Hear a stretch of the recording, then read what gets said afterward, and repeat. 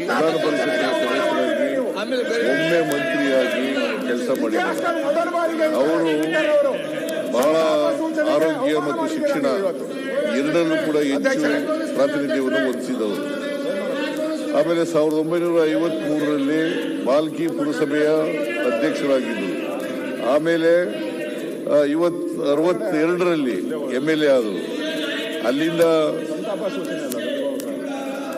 ಬಹಳ ಪ್ರಮುಖವಾಗಿ ಬಹಳ ನೇರ ನುಡಿಯ ಸ್ವಾಭಿಮಾನದ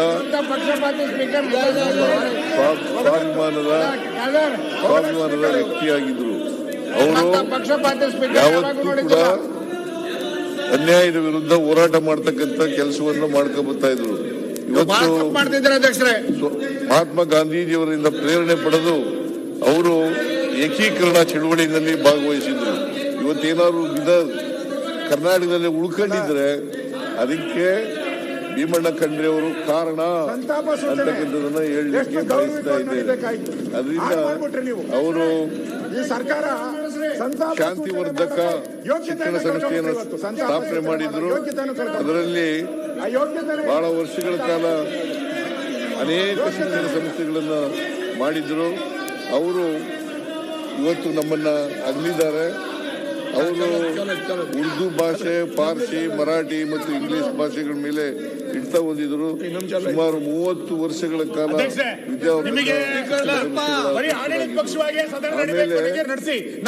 ವೀರಶೈವ ಮಹಾಸಭಾದ ಅಧ್ಯಕ್ಷರು ಕೂಡ ಆಗಿದ್ದರು. 12 ವರ್ಷಗಳ ಕಾಲ ವೀರಶೈವ ಮಹಾಸಭಾ ಅಧ್ಯಕ್ಷರಾಗಿದ್ದರು. ಅವರು ವೀರಶೈವರನ್ನೆಲ್ಲ ಒಟ್ಟುಗೂಡಿಸ್ತಕ್ಕಂಥ ಕೆಲಸವನ್ನು ಮಾಡಿದ್ರು ಅಂತವರು ಇವತ್ತು ನಮ್ಮನ್ನು ಅಗಲಿದ್ದಾರೆ. ಅವರು ಅಪಾರ ಅಭಿಮಾನಿಗಳು, ಅವರ ಕುಟುಂಬ ವರ್ಗದವರು ಅವರ ಸಾವನ್ನು ಭರಿಸ್ತಕ್ಕಂಥ ಶಕ್ತಿ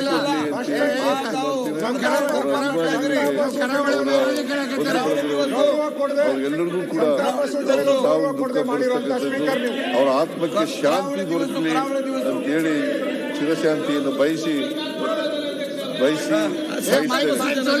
ಮಾನ್ಯ ಕೆ ಲಕ್ಕಣ್ಣ ಇವರು ಒಮ್ಮೆ ಶಾಸಕರಾಗಿದ್ರು.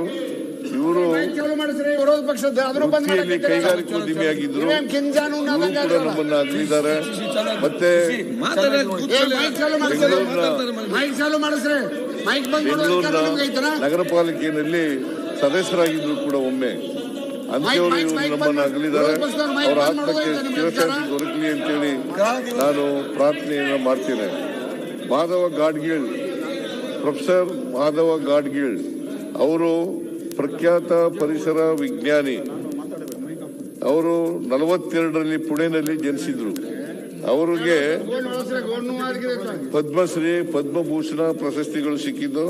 ಶಾಂತಿ ಸ್ವರೂಪ್ ಭಾಟ್ನಗರ್ ವಿಜ್ಞಾನ ಮತ್ತು ತಂತ್ರಜ್ಞಾನ ಪ್ರಶಸ್ತಿ, ವಿಕ್ರಮ್ ಸಾರಾಭಾಯ್ ಪ್ರಶಸ್ತಿ, ಕನ್ನಡ ರಾಜ್ಯೋತ್ಸವ ಪ್ರಶಸ್ತಿ ಸೇರಿದಂತೆ 10 ಹಲವು ಪ್ರಶಸ್ತಿಗಳು ಭಾಜನರಾಗಿದ್ದರು. ಅವರು ನಮ್ಮನ್ನ ಅಗಲಿದ್ದಾರೆ.